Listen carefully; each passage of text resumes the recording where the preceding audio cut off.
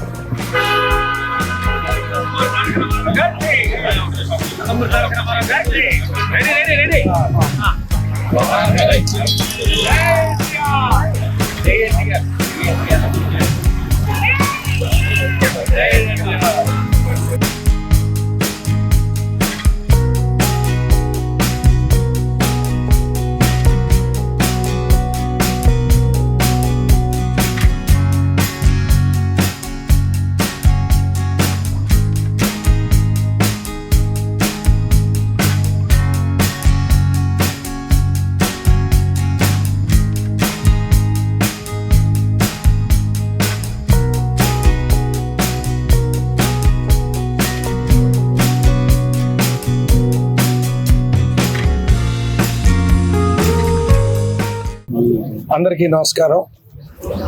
ఈరోజు తెలుగు జాతికి మరువలేని రోజు, మరుపు రాని రోజు.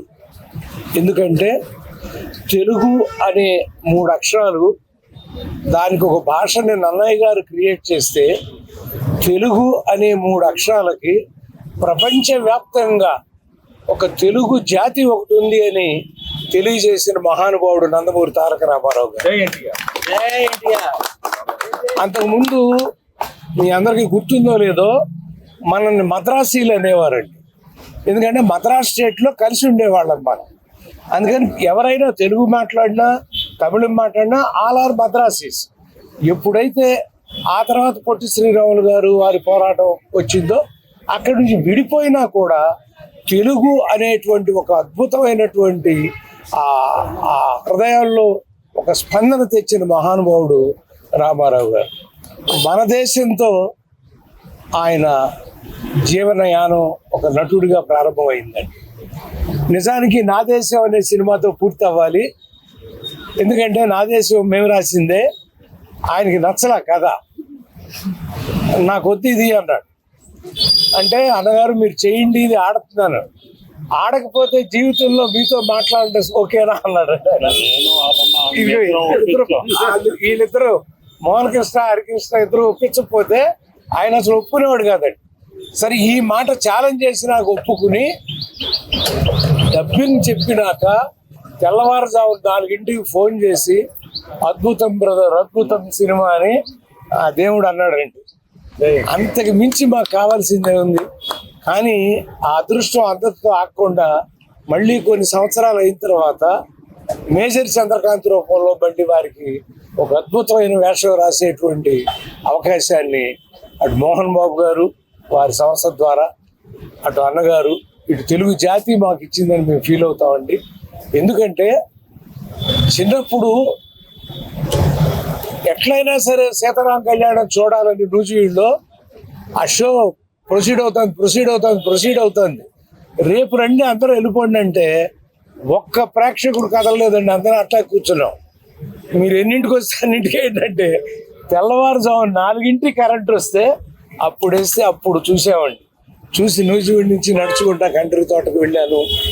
ఆ రోజు గుండెల్లో దూరాడు ఆయన. ఆ సీతారామ కళ్యాణం చూసినటువంటిది మామూలు సినిమా కాదండి, అది మహానుభావుడు. ఎందుకంటే తెలుగు జాతికి ఒక వరం ఇవ్వటానికి ఒక రకంగా నటుడుగా, అంటే ఎక్కువ మేము నటుని గురించే మాట్లాడాలి. మా వాళ్ళు ఉన్నారు రాజకీయ నాయకులు కూడా ఇక్కడ. వాళ్ళు వారు సినిమా వ్యాసంగంలోకి వచ్చినాక అక్కడి నుంచి రాజకీయ అడుగు పెట్టిన తర్వాత ఆయన ఎన్ని ఉపన్యాసాలు రాశారో నాకు తెలుసు, మా సోదరులకు తెలుసు. అన్ని ఆయన చెప్తుంటే ఆయన నోటంట వింటా అంటే నాకు ఒళ్ళు గగురు పొడుస్తూ ఉండేదండి. దైవాంశ సంభూతులు, మన తెలుగు జాతి ఆరాధ్య దైవం, కళామ తల్లి ముద్దుబిడ్డ, రాజకీయ దురంధరుడు మన అన్న తారక రామారావు గారి 103వ జయంతి వేడుకను జరుపుకుంటున్నాం. ఇదంతా మనకి ఒక పండగ వాతావరణం లాంటిది. ఆయన గురించి చెప్పుకుంటే ఆయన ఒక సాధారణ పేద రైతు కుటుంబంలో పుట్టి అంచెలంచెలుగా పెరిగి ఆయన స్వయం కృషితో ఎన్నో అందలాలను ఎక్కారు. ఆయన అటు చిత్ర రంగంలో కానీ, రాజకీయ రంగంలో కానీ, చిత్ర రంగంలో అయితే ఎన్నో విభిన్నమైన పాత్రలు వేశారు. ఆయన నాయకుడుగాను, ప్రతి నాయకుడుగాను వయసు మళ్ళిన పాత్రలు కూడా వేశారు. ఆయన ఒక భీష్మ కానివ్వండి, లేకపోతే ఒక కురూపిగా రాజు పేద కుష్టివాణి పాత్ర కూడా వేసి ఆయన ప్రజల్ని మెప్పించారు. అట్లాగే బడిపంతులో వయసు మళ్ళిన క్యారెక్టరు, అది మర్చిపోలేని పాత్ర. అది దానికి ఆయనకి పురస్కారాలు కూడా లభించాయి ఆయనకి. ఇప్పుడు మన పర్చూరి గోపాలకృష్ణ గారు చెప్పినట్టు సీతారాం కళ్యాణం గురించి మాట్లాడారు ఆయన. సీతారాం కళ్యాణం అసలు ఆయన డైరెక్ట్ చేయవలసిన సినిమా కాదు అది. అది కేవీ రెడ్డి గారిని అడిగారు ఆయన, మీరు దర్శకత్వం వహించండి అని. ఆయనేమో నువ్వేం పాత్ర వేస్తున్నావు అని అడిగారు. వేస్తే నేను రావణాసురుడుగా వేయాలనుకుంటున్నాను అన్నాడు ఆయన. అంటే ఆయన అన్నాడు, నువ్వు రావణాసురుడు ఏంటయ్యా, రాముడుగా కృష్ణుడుగా నిన్ను చూస్తారు కానీ రావణాసురుడుగా నిన్ను ఎవరు చూస్తారని అడిగాడు ఆయన. లేదు, నేను రావణాసురుడుగా వేస్తాను. రాముడు అంటే నువ్వు మీసాలు కలిగిన చిన్న కృష్ణుడుగా ఉండాలి నాకు, సో నేను రావణాసురుడుగానే వేస్తున్నాను అన్నాడు. అయితే నేను దర్శకత్వం వహించను ఈ సినిమాకి, నిన్ను రావణాసురుడుగా నేను చూడలేను అన్నాడు ఆయన. సరే ఇక ఆయన, మీరు చేయకపోతే నేనే ఆ బాధ్యత నేను తీసుకుంటానని ఆయన దర్శకత్వం చేయటం జరిగింది. మొట్టమొదటి సినిమా, దానికి ఆయన పేరు కూడా వేసుకోలేదు. అది చూసిన తర్వాత కేవీ రెడ్డి గారు, నేనేదో అనుకున్నానయ్యా, నువ్వు ఇలా కూడా జనాన్ని మెప్పిస్తున్నావు అని ఆయన తెగ పొగిడేశాడు. ఆ సినిమా పెద్ద సూపర్ డూపర్ హిట్ అయింది. అలాగే ఎన్నో పాత్రలు, నా అనుమానం అన్ని పాత్రలు వేసాడు కానీ ఆయన నారదుడి క్యారెక్టర్ వేయలేదు. ఆయన అన్ని చేశాడు. ఆ నారదుడి క్యారెక్టర్ మా బాలయ్య చేశాడు, మా తమ్ముడు. సో అది ఏంటి దానవీర అన్ని ఎన్నో పాత్రలు. అదే చెప్తున్నా, ప్రతి నాయకుడిగా కూడా మెప్పించాడు ఆయన. ఒక రావణాసుడుగా, దుర్యోధనుడుగా, యముడుగా, ఎన్నో పాత్రలు ఇంకెవరు వేయలేరు అటువంటి. ఎన్నో మార్పులు తీసుకొచ్చారు. ఆయన పేదరికంలో నుంచి వచ్చారు కాబట్టి ఆయనకి పేదవాడి ఆకలి మంటలు తెలుసు. పద్మశ్రీ నటరత్న డాక్టర్ ఎన్టీ రామారావు గారి 103వ జయంతి సందర్భంగా ఫిలిం నగర్ లో పెట్టిన ఎన్టీ రామారావు గారి విగ్రహం దగ్గర మా అందరం కలుసుకోవటం చాలా ఆనందం, అభినందనీయం. ఈరోజు ఎన్టీ రామారావు గారి విగ్రహం సారథి స్టూడియో సెంటర్ లో మైత్రివనం దగ్గర అన్నా కానీ అది సారథి స్టూడియో సెంటర్ లో పెడతాం. అది మన ముఖ్యమంత్రి రేవంత్ రెడ్డి గారు ఇవాళ ఓపెన్ చేయటం అనేది మాకు చాలా సంతోషంగా ఉంది. అందువలన రేవంత్ రెడ్డి గారిని మనస్ఫూర్తిగా అభినందిస్తున్నాం. ఇవాళ రేవంత్ రెడ్డి గారు ముఖ్యమంత్రి అయినా, నేను టీడీపీలో కార్పొరేటర్గా చేసిన, మా బాబుమోహన్ గారు మినిస్టర్గా కూడా చేసిన మాకందరికీ కూడా ఎన్టీ రామారావు గారు పెట్టిన తెలుగుదేశం పార్టీ లేకపోతే మేము ఎక్కడుండేవాళ్ళం. ఎంతో మంది ఆ పార్టీలో ఎంపీలు అయ్యారు, ఎమ్మెల్యేలు అయ్యారు, కార్పొరేటర్లు అయ్యారు, ఎంతమంది మినిస్టర్లు అయ్యారు. ఎన్టీ రామారావు గారు పార్టీ పెట్టబట్టే వీళ్ళందరికీ పదవులు వచ్చినాయి, లేకపోతే వీళ్ళు ఎవరికి పదవులు వచ్చాయి కాదు. కాబట్టి ఎంతో మందికి రాజకీయంగా లైఫ్ ఇచ్చారు ఆయన. ముఖ్యంగా నందమూరి హరకృష్ణ అన్న, మా కుటుంబ సభ్యులందరూ, మా ఆడపడుచులందరూ, మోహన్ కృష్ణ గారు, వాళ్ళ అబ్బాయి గారు, ఇక్కడికి విచ్చేసిన ఎన్టీ రామారావు గారి అభిమానులందరికీ పేరు పేరున నా నమస్కారం తెలియజేస్తున్నాను. మీతో పాటు నేను నా దేవుడు, నా అన్నగారిని తలంచుకోవటం నా అదృష్టం. ఎందుకంటే నా అంత అదృష్టవంతుడు ఎవడు ఈ భూమి మీద ఉండడని నేను ఎప్పుడు అనుకుంటుంటా, అన్ని చోట్ల కూడా చెప్తుంటా. ఎందుకంటే మా అమ్మ నాన్న ఎన్టీ రామారావు గారి అభిమానులు. మా నాన్న టీచర్, ఓల్డ్ బిఏ మా ఫాదర్. అదిరా జన్మంటే, కొడుకంటే అట్ట పుట్టాలరా, చూడరా, చూపు చూడరా, ఆ నవ్వు చూడరా అని నన్ను అనేవాడు. నేను ఎన్టీ రామారావు గారిని చూడమంటాడు ఏంటి, నేను బాగానే ఉన్నా కదా అనుకునేది. అలా అభిమానులు అయితే మా నాన్న అమ్మలను బట్టి నేను ఎన్టీ రామారావు గారు అభిమాని చిన్నప్పటి నుండి, 3వ తరగతి నుంచి. అలాంటి నేను మా అమ్మ నాన్న ఏమంటా అన్నారో ఎన్టీ రామారావు గారిని కలుసుకోవడం జరిగింది. వారి చేత తమ్ముడు అని పిలిపించుకునే భాగ్యం కలిగింది నాకు. తమ్ముడు ఎక్కడ అనేవారు షూటింగ్కి రాగానే, మేజర్ చంద్రకాంత్ అప్పుడు. ఆ తర్వాత ఎన్నో సందర్భాల్లో అన్నగారిని కలిశాను. అసలు ఈ ప్రచారం ఏంటో, రాజకీయం ఏంటో నాకు ఏబిసిడీలు కూడా తెలియదు. మా ఇంట వంట మా వంశంలో ఎక్కడ లేదు, అందరూ ఉద్యోగస్తులే. అలాంటిది తమ్ముడు నువ్వు చాలా బాగా మాట్లాడతావు, మీరు అక్కడికి వెళ్ళండి, వారి దగ్గరికి అని అన్నగారు నన్ను. నేనేంటి, ప్రచారం ఏంటి నీ మాట అని కాంగోదిన ఒకరోజు మధ్యాహ్నం 3 గంటల వరకు అట్లే ఉన్నాను. తలసాని శ్రీనివాస యాదవ్కు ప్రచారానికి వెళ్ళమన్నారు నన్ను. నేనేం ప్రచారం చేయాలి, నాకు ఏమొచ్చు, అసలు రాజకీయం ఏం తెలుసు అని నాకు కళ్ళల్లో నీళ్లు కూడా వచ్చినాయి. కానీ అన్నగారు చెప్పారు అని రాణిగంజ్ నుంచి మొదలుపెట్టాను. రాత్రి 12 గంటల వరకు తిరిగాను, అందరిని కలిశాను, బ్రహ్మాండంగా గెలిపించాను. ఎంత సంతోషపడ్డారో అన్నగారు. వెరీ గుడ్ తమ్ముడు, మీరు చాలా. అలాంటి అన్నగారితో నటించే భాగ్యం, అలాంటి భాగ్యవంతున్నా నేను. అలాంటి అన్నగారి జన్మదిన వేడుకలు, 103వ జన్మదిన వేడుక జరగటం, నా నందమూరి కుటుంబ సభ్యులంతా ఇక్కడ ఉండటం, నా దేవుడి కుటుంబ సభ్యులు, చాలా సంతోషంగా ఉంది. మాట అంటే మాటే, చేతంటే చేతే. అన్నది సాధించాడు, అన్నది చేశారు. ఏదంటే అది. 2 రూపాయల కిలో బియ్యం అంటే 2 రూపాయల కిలో బియ్యం, 3 రూపాయల కిలో కొని గవర్నమెంట్ నుంచి 2 రూపాయల కిలో బియ్యం ఇచ్చేది. అప్పుడు నేను రేషన్ షాప్ల ఆఫీసర్గా ఇక్కడికి ట్రాన్స్ఫర్ అయినా. నేను ఇక్కడ ఇక్కడే మన యూసఫ్ కూడా దగ్గరే నా గోడౌన్ ఉండేది. అలా ఎన్నో చూశాను. అన్నగారి పార్టీలో చేరి ఎన్నో ప్రచారాలు చేశాను. ఒక్కళ్ళకి నా నమస్కారాలు తెలియజేసుకుంటున్నాను. ఎన్టీఆర్ గారు అంటే ఒక తెలుగు జాతి ప్రజలలో, గుండెలలో ఒక ఎమోషన్. ఆయన రాజకీయాల్లోనూ, సినిమా రంగంలోనూ ప్రతి క్షణం ప్రజల గురించి ఆలోచించేవారు. అలాంటి మహానుభావుడు వచ్చి ఈ పుణ్య కార్యక్రమంలో పాలు పంచుకోవడం అన్నది నాకు చాలా ఆనందంగా ఉంది. ఇలాంటి విశేషమైన రోజులు, ప్రత్యేకమైన రోజులు మనందరికీ ఒకటి గుర్తు చేస్తాయి. అదేంటి, మనం సమాజానికి ఏదైనా మంచి చేయాలి అని. మనము సెలబ్రేషన్స్ అంటే నాయిస్ క్రియేట్ చేయడం కాదు, ఒక పాజిటివ్ ఇంపాక్ట్ని క్రియేట్ చేయాలి. ఇతరుల మనసుల్లో మనం నిలిచిపోవాలంటే పెద్ద కార్యక్రమాలు, పెద్ద కారణాలు అవసరం లేదు. ఒక చిన్న సహాయం, కొన్ని మంచి పనులు చాలు. మనం ఈ తరం వాళ్ళ అందరం కూడా సమాజాన్ని ప్రశ్నించడం కాదు, మనం మన వంతు సమాజానికి ఏం చేసేమన్నది చాలా ముఖ్యమైన విషయం.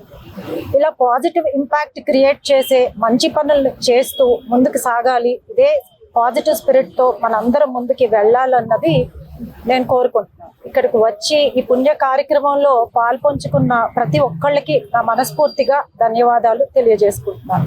జై ఎన్టీఆర్, జై ఎన్టీఆర్. తాతగారు శ్రీరంగంలో, రాజకీయంలో స్వయంభూ.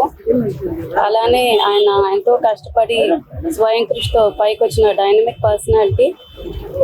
కులం, మతం అన్నీ ఒకటే, ప్రతి ఒక్కరూ సమానం అని మనందరినీ ఎంతో జాగ్రత్తగా ఉమ్మడి కుటుంబాలకు ముందుకు తీసుకెళ్లారు. ఇలానే ఆయన మనసులో పెట్టుకుని ఆయన విజన్ ని ముందుకు తీసుకెళ్లారు.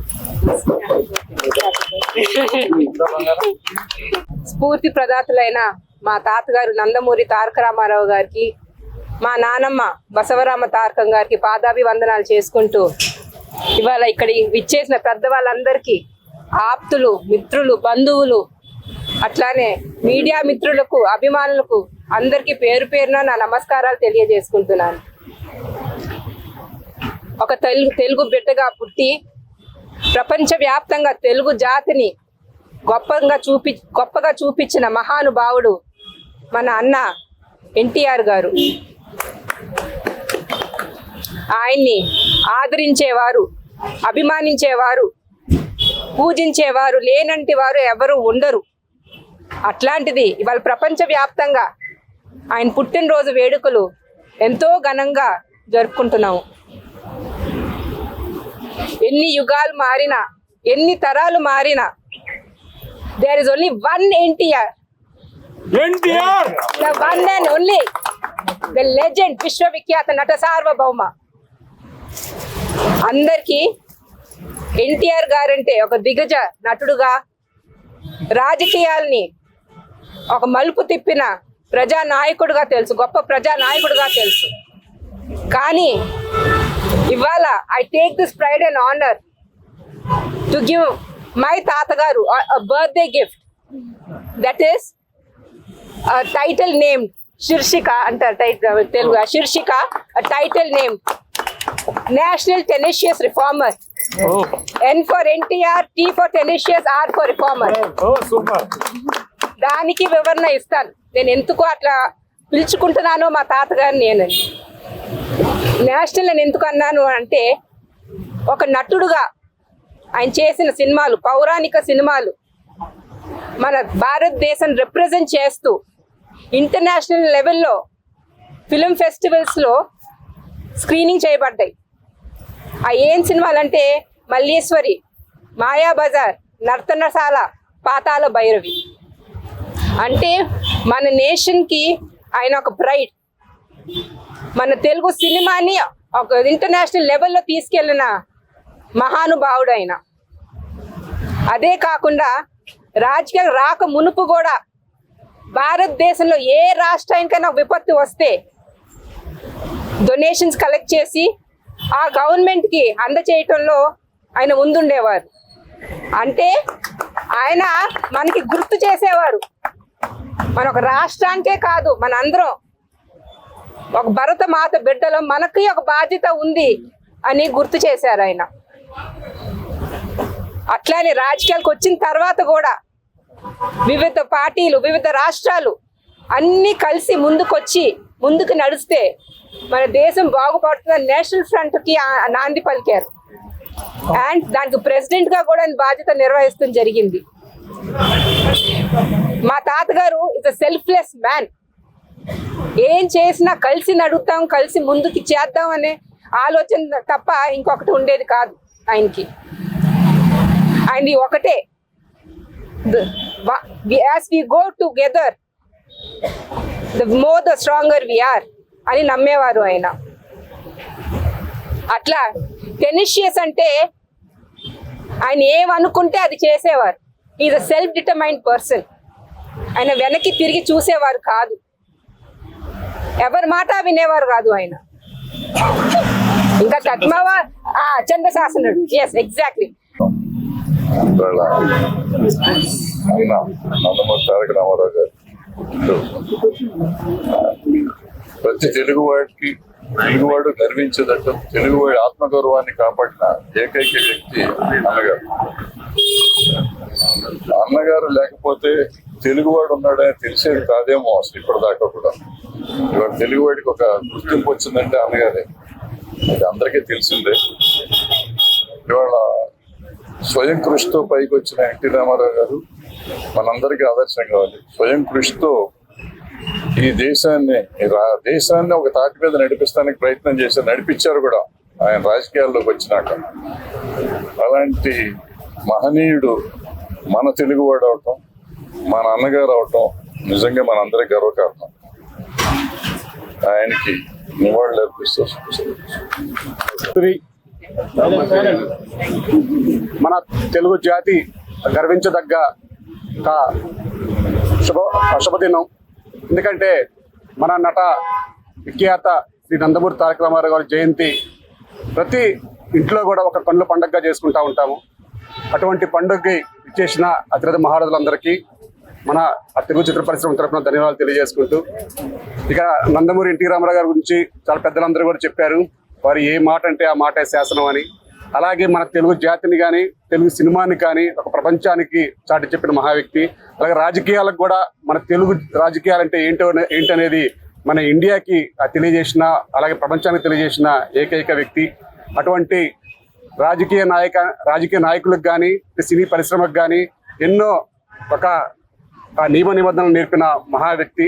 అటువంటి వ్యక్తి జన్మదిన వేడుకల్లో మనం పాల్గొనడం మా అదృష్టంగా భావిస్తున్నాము.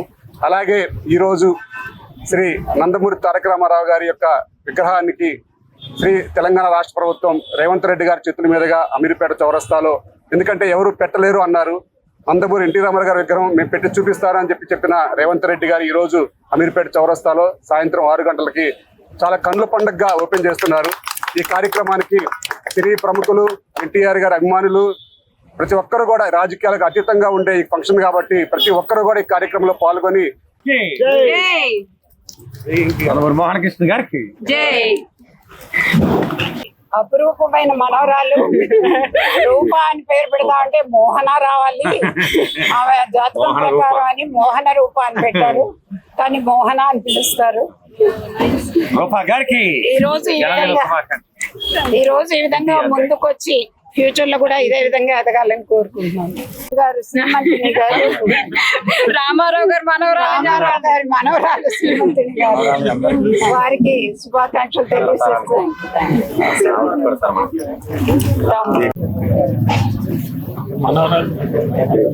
ఎన్టీ రామారావు గారి మనవరాలు మరియు జానకీరామ్ గారి శ్రీమతి, వారికి కూడా ఈ విధంగా శుభాకాంక్షలు. ఎన్టీ రామారావు తల్లి ఎన్టీ రామారావు తల్లి చెప్పారు. అందరికీ నమస్కారాలు. ఒక ప్రపంచానికే మేట్ అయిన ఏకైక నటుడు ఆయన ఒక పాతాళ భైరవి తమిళ్లో చేస్తే తమిళ్లో సిల్వర్ జూబ్లీ, పాతాళ భైరవి తెలుగు చేస్తే తెలుగు సిల్వర్ జూబ్లీ, పాతాళ భైరవి హిందీ చేస్తే హిందీ సిల్వర్ జూబ్లీ. అంటే ఎప్పుడో ప్యాన్ ఇండియా స్టార్ ఎవరు అని అంటే అది ఎన్టీ రామారావు. అలాంటి ప్యాన్ ఇండియా స్టార్ని హాలీవుడ్ వాళ్ళు వచ్చి మీరు మా దగ్గర చెయ్యండి శ్రీకృష్ణ అంటే నేను చేయను, హాలీవుడ్ చేయను అని చెప్పి ఆయన రిజెక్ట్ చేశారు. అలాగే బాలీవుడ్లో కూడా ఆయన చేయమని చెప్పానంటే బాలీవుడ్లో కూడా నేను చేయను రిజెక్ట్ చేశారు. అలాగే బాలీవుడ్లో ఆయన 3 సినిమాలు సూపర్ హిట్లు, సిల్వర్ జూబ్లీ అని, నయా ఆద్మీ కానీ, చండీరాణి కానీ, పాతాళ భైరవి కానీ. అలాంటి నటుడు గురించి ఆయన చెప్పక్కర్లేదు. 60 సంవత్సరాల వరకు నటుడుగా ఉండి నటుడుగా రోజుకి ₹1,00,000 భారతదేశంలో ఏ నటుడు తీసుకున్న రోజుల్లో ఆయన రోజుకి ₹1,00,000 తీసుకుని ఆ ₹1,00,000తో సినిమాలు చేస్తే అమితాబ్ బచ్చన్ గారు కూడా ఎప్పటికో తర్వాత చాలా కాలానికి ₹1,00,000 తీసుకున్నారు. అలా ₹1,00,000 తీసుకుంటే ఇంకా కుటుంబానికి వేల కోట్ల ఆస్తులు సంపాదించగలిగే పరిస్థితిలో ఉండి కూడా నాకొద్దు ఈ సంపాదన, ఇక నుంచి నాకు నా కుటుంబం అంటే నన్ను ఇంత వాణి చేసిన నా ప్రజలు వాళ్లే నా కుటుంబం, ఆ ప్రజల కోసం నేను వస్తాను అంటే ఒక బియ్యం తినలేని పరిస్థితిలో ఉన్న పేదవారికి బియ్యం తినడం కోసం ఆయన రాజకీయాల్లోకి వచ్చి ₹2 కేజీ బియ్యం అది పెట్టి పేద బడుగు బలహీన వర్గాలకి రాజ్యాంగంలో ఎవరు కూడా పదవులు తీసుకునే రైట్ లేకుండా ఒక పటేల్ పట్వారీ వ్యవస్థ ఉంటే ఆ పటేల్ పట్వారీ వ్యవస్థను తీసేస్తే మిమ్మల్ని చంపేస్తామని బెదిరింపు వచ్చినా కూడా అవసరమైతే చస్తా కానీ నేను కుదరదు అని చెప్పి పటేల్ పట్వారీ వ్యవస్థని రద్దు చేసి ఇవాళ ఓరవసి శారద గారు ఒక ఎంపీ అయ్యారన్నా, ఒక కైకాల సత్యనారాయణ గారు ఒక ఎంపీ అయ్యారన్నా, ఇవాళ మన బాబు మోహన్ గారు ఒక మినిస్టర్ అయ్యారన్నా, ఇవాళ ఆయన పోయిన 30 సంవత్సరాల తర్వాత కూడా జూబ్లీహిల్స్ ఎమ్మెల్యే ఒక నవీన్ యాదవ్ అయ్యారన్నా, ఒక ఖైరతాబాద్ ఎమ్మెల్యే దానవ్ నాగేంద్ర అయ్యారన్నా, అలాగే ఒక ప్రకాష్ గౌడ్, ఇంతమంది బడుగు బలహీన వర్గాలు, దళిత వర్గాలు,